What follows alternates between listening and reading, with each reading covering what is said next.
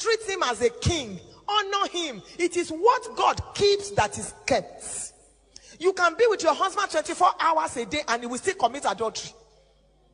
So it's not until you watch and watch and watch and watch. What did you say? Where did you go? Who ministered to you in the hotel? Was it a hostess or a host? What happened? You will just have hypertension. Build your marriage on trust. And when you are trusted, don't betray the trust. Don't betray the trust. When I speak along this line, I always say that there are three things inside every man and three things inside every woman. Number one is a king that wants to reign. Let your husband reign. He's been beaten by the vicissitudes of life, by all kinds of things. When he comes into the house, let him meet a loving wife. Let him meet a wife that has been waiting to receive him. As a woman, pamper your husband. Look for pet names for your husband. Stop abusing him. Stop calling him Daddy Olu. That is a bush name.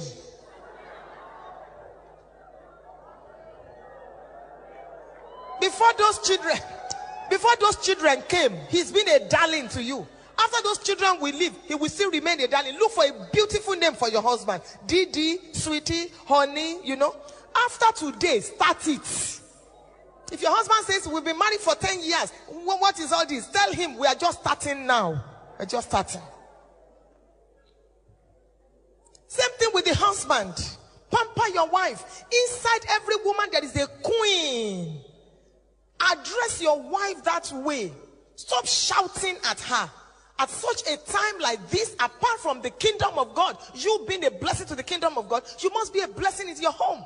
If as a man, when you arrive, everybody is running helter-skelter, then you are the lion of the tribe of your family. He's coming, he's coming. Put on the TV. That is coming. Put it off, put it off. Something is wrong.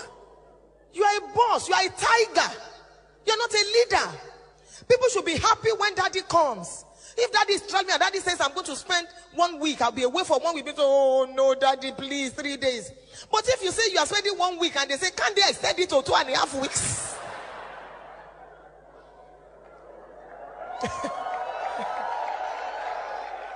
That means when you are not home, there is peace. Treat your husband like a queen. I've said it here before. Every day I greet my husband to, I kneel down to greet him, and I call him all kinds of names. All kinds of names. When my telephone rings and it is my husband, you will hear, oh, lo me, oh, nite me, or you are too worldly. His ringtone is different. And you hear me call him, Kabiesio, Kadepelorio, may you live long, my own king. The man too is happy where he is. So he likes calling me every time because he knows what he will hear. At such a time like this, you must be an award-winning husband or award-winning wife. You must be missed when you are away. It's important for you to celebrate one another and to build your homes. Look at your children. If you want to know the kind of marriages your children will have, just take a good look at your own. Because children don't have eject button. They see you as their perfect example. But when you look at your husband, you call him all kinds of names. Even without speaking, that is enough. You shout at her, are you blind? Are you deaf? Are you this? Come on, go there. When Reverend called husbands, you came out in church last Sunday. You too, eh? You came out. And your children are there and they are wondering. They are wondering. That man needed a wife that will respect him, not a Vashti. And there are many Vashtis today, they have been dethroned, and Esthers are taking their places. May that not be your portion. Inside every husband, there is a little boy that wants to play.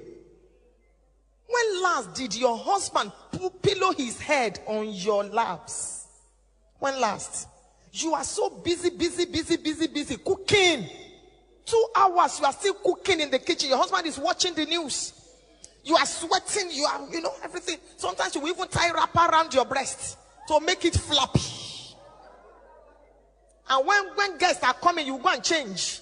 But when your husband is at home, who cares? Take a little fish, put it in your mouth while you are cooking. Come out. Put it on yours. A lot of African marriages, romance has grown wings and flown out of our marriages. Church, sex, business, office. Church, sex, business. That's all. When last did you hold your wife's hand? You will see brother, he's a deacon in church with his big Dex Bible under his armpit. He's going to church. The wife is coming along. Your wife returns from the salon. You can't even look at her and say, how lovely. See my dove. You are lost in the book of Habakkuk. From there you move to the book of Zephaniah.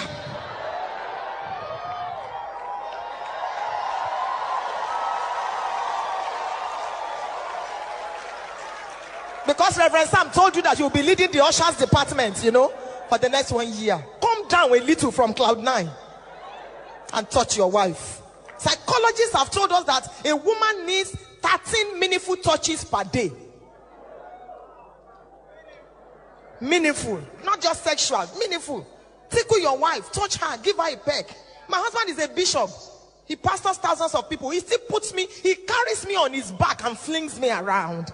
I feel good. I feel very good. One day I noticed that it's been a long time since he carried me like that. So I said, hello, darling. I need to take one hat from, I keep my hat on the wardrobe. So I said he should lift me up. He lifted me. I needed the green hat. I found it. I said, push me up again. Push me up. He said, have you not found it? I said, push me a little inside. When last did you lift your wife up? Some of you, since your wedding day. That was the last time you. He said, she's so fat now. If you can't lift her up, put her a little. Let her legs be, be dragging. At least let her feel it. And some of you women, I hope singles won't hear this. When last did you allow your husband to suck your breasts? He said, Pastor Funke, you are not holy at all. I am very holy. Satisfy your husband sexually. If not, 100 women are waiting outside to satisfy him. You are looking at me strangely. Don't you suck your wife's breasts? Why are you pretending? Because Reverend Sam is here. Come on, give the Lord a big hand.